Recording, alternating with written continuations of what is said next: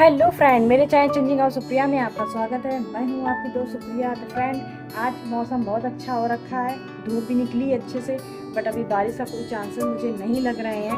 इसी वजह से मैंने सोचा कि चलो अपना जो मेरा पेंडिंग काम बहुत दिन से पड़ा था, मैं सोच रही थी करने के लिए, बट हो नहीं पा रहा था। तो मैंने सोचा कि चलो आज कर लेते हैं। मतलब जो डेली का रूटीन होता है अपना, बच्चों को नहलाना धुलाना, उनको नाश्ता देना, स्कूल भेजना, नाश्ता बनाना, सबको देना, झाड़ू पोछा करना, ये सारा काम मेरा होता है। फाइनली मैं फ्री हो चुकी हूँ। भगवान से मैं यही प्रेयर कर रही हूँ कि आज बारिश ना हो। डेली कुछ ना कुछ थोड़ी बहुत बारिश होती ही होती है, और किसी दिन भी खाली नहीं जाता। किसी दिन ज़्यादा भारी बारिश हो जाती है और किसी दिन हल्के फुल्के बादल आते हैं और बारिश हल्की फुल्की होती है और चली जाती है। तो उससे थोड़ा दिमाग टेंशन में हो जाता है कि अगर कोई भी चीज़ ऊपर डालेंगे तो पता लगा कि मैं लेटी हूँ या कुछ कर रही हूँ, बारिश अचानक आती है और चली जाती है। इतनी देर में मेरा थोड़ा पूरा जो भी मैं डालूँगी सामान चीज़ वो पूरी भीग जाएगी। इस वजह से मैं डाल रही थी, लेकिन आज सुबह से ही धूप निकली है, बादल नहीं है बिल्कुल भी। वैसे तो डेली सुबह से बादल आ जाते हैं, तो आज सुबह से बादल भी नहीं है, तो मैं सोचा चलो कर लेते हैं। तो फ्रेंड चलो चलते हैं, दिखाते हैं कि मैं क्या करने वाली हूँ आज, और बने रहिए मेरे साथ मेरे वीडियो में। तो फ्रेंड, यहाँ पे मैं सबसे पहले अपना बेड खोलूँगी। तो यहाँ पे जो मेरे बेड में अभी सामान लगा हुआ है उसको मैं हटाऊँगी। बेडशीट हटा दी, अब मैं मैट्रेस हटाऊँगी। और मैं भी जो भी पन्नियाँ मेरे पास खाली पड़ी होती हैं किसी कपड़े की या कहीं की, तो मैं बेड के नीचे रख देती हूँ। तो मुझे ज़्यादा मेहनत नहीं करनी पड़ती ढूंढने में। जब कोई चीज़ सामान किसी डाल के देना पड़ता है तो मैं यहीं बेड के नीचे से निकाल लेती हूँ और वापस यहीं रख देती हूँ। तो पन्नियाँ भी बराबर रहती हैं, मुड़ती नहीं हैं, ख़राब नहीं होती हैं और जल्दी मिल भी जाती हैं। तो अब मैंने बेड खोल लिया। अब इसमें मैं अपनी रज़ाई निकाल रही हूँ जो कि 3 साल से रखी हुई है। अब मैं इसका कवर निकाल के धुलूँगी, क्योंकि जब मैं दिसंबर में गई थी मैं केरल, तो ऐसा ही मैंने रख दिया था और मैं चली गई थी। 3 साल से ये रखी हुई हैं, कवर चढ़ी हुई।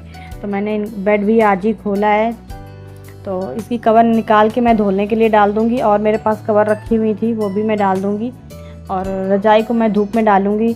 और जो इसमें थोड़ा सामान है, अब बेड खोला है तो थोड़ा साफ़ भी कर लेंगे। ऐसा नहीं कि सिर्फ रज़ाई निकाल के मैं बेड बंद कर दूँगी। तो उधर मेरी इधर वाले में आधी में मेरी रज़ाई और कपड़े रखे हुए हैं, और उस साइड वाले में मेरे सारे कपड़े रखे हुए हैं। तो मैं यहाँ पे जितनी भी रज़ाइयाँ वो निकाल लूँगी। और ये मेरे बच्चों की रज़ाई थी, जब वे बहुत छोटे थे तो ये मेरी दीदी लेके आई थी, तो उनकी बेटी ने भी ये यूज़ की थी। उसके बाद फिर मेरे बच्चों को दे दी गई थी, तो मेरे बच्चों ने भी यहाँ यूज़ की थी। उसके बाद ये मैंने सारी रज़ाइयाँ निकाल ली है, तो अब मैं इनको धूप में दिखाऊंगी। सो फ्रेंड, मैंने सारी रज़ाइयाँ निकाल ली है। अब इनको मैं लेके जाऊंगी ऊपर, धूप में डालूंगी जाकर। और ये 3 साल से ऐसे ही रखी हुई हैं। 3 साल से मैंने वूलन के कपड़े और रज़ाइयाँ कोई यूज़ नहीं किए, क्योंकि जब मैं केरल में रहती थी तो वहाँ पे इतनी ज़्यादा सर्दी नहीं होती थी। सर्दी मतलब ज़्यादा क्या, मतलब सर्दी होती ही नहीं थी। तो मैं यहाँ से कोई भी वूलन के कपड़े नहीं ले गई थी, सब यहीं पे रखे हुए थे। तो मैंने सोचा कि आने से पहले 1-2 बार मैं इनको धूप में दिखा दूँगी, तो ये थोड़ा ठीक हो जाएंगे।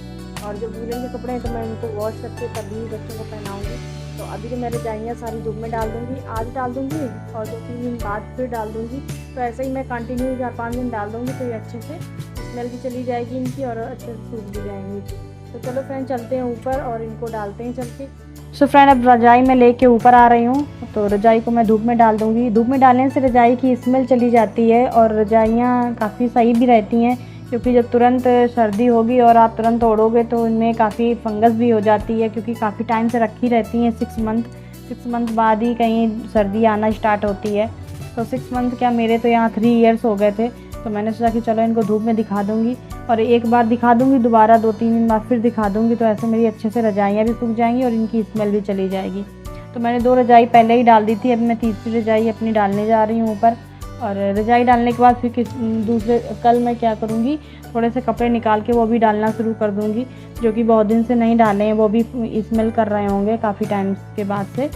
तो कुछ कपड़े मैं धो दूँगी और कुछ धूप में डाल दूँगी, क्योंकि आज भी मेरे पास बहुत सारे बेडशीट वगैरह हो गई हैं और रज़ाई के कवर भी हो गए हैं। तो वो भी काफ़ी कपड़े धोने के लिए हो जाएंगे। तो अगर मैं सोच रही थी अगर आज टाइम मिलेगा तो आज धुलूँगी, वरना मैं फिर कल धुलूँगी।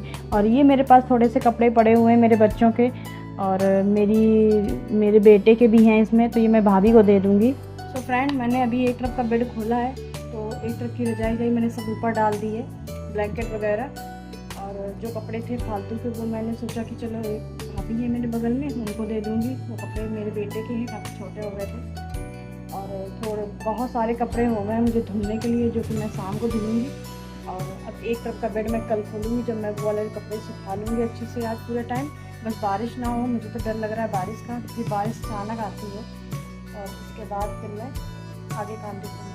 तो फ्रेंड अभी बज गए हैं सुबह के 11 और मैं जा रही हूँ नीचे खाना की तैयारी करने, क्योंकि बच्चे मेरे 11:30 तक आ जाएंगे।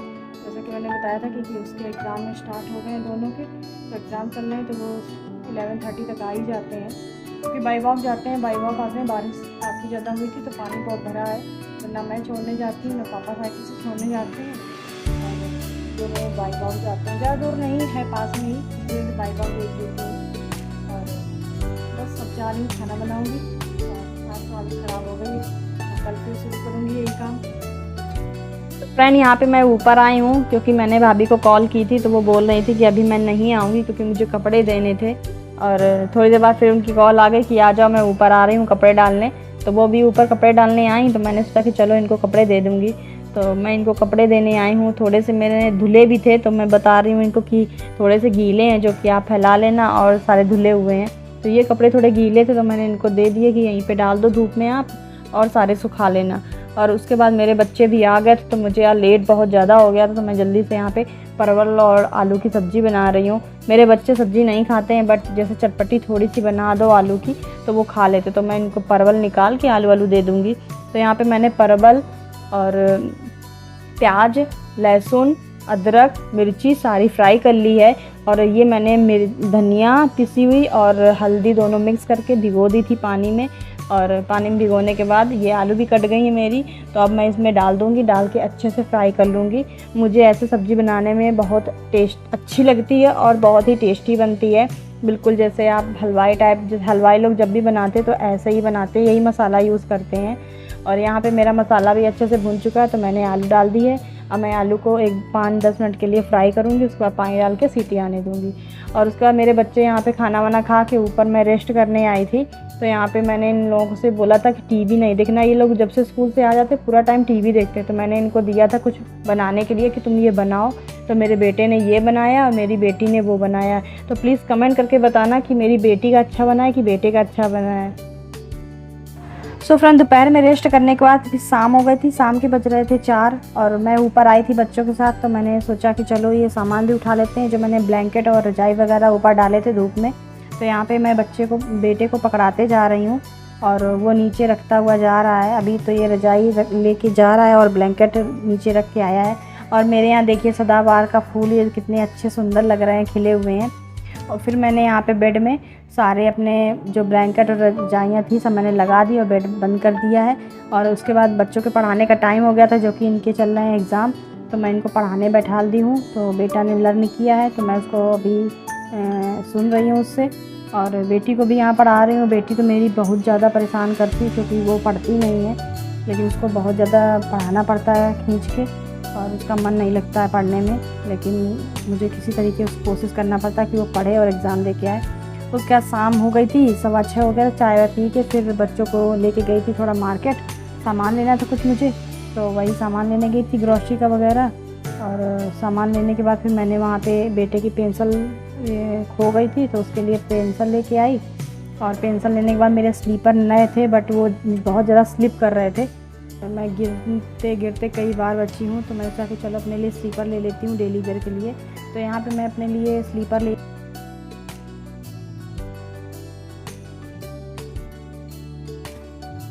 तो फ्रेंड, अभी हम लोग आए थे मार्केट, और यहाँ पे शाम के 7 बज गए हैं, और हम लोग जा रहे हैं अब पिंचू के हेयर कट कराने। हेयर काफ़ी ज़्यादा बड़े हो गए थे, तो इसके हेयर कट कराने जा रहे हैं। सो फ्रेंड, यहाँ पे मैं आ गई हूँ बेटे के हेयर कट कराने के लिए, और आज मैं फ़र्स्ट टाइम आई हूँ यहाँ पे। मैं कभी भी नहीं आती हूँ, बट बच्चों के लिए क्या नहीं करना पड़ता है। जब ये होते हैं तो यही हमेशा है, अपनी भी हेयर कट करा देते हैं और बेटे की भी करा देते हैं।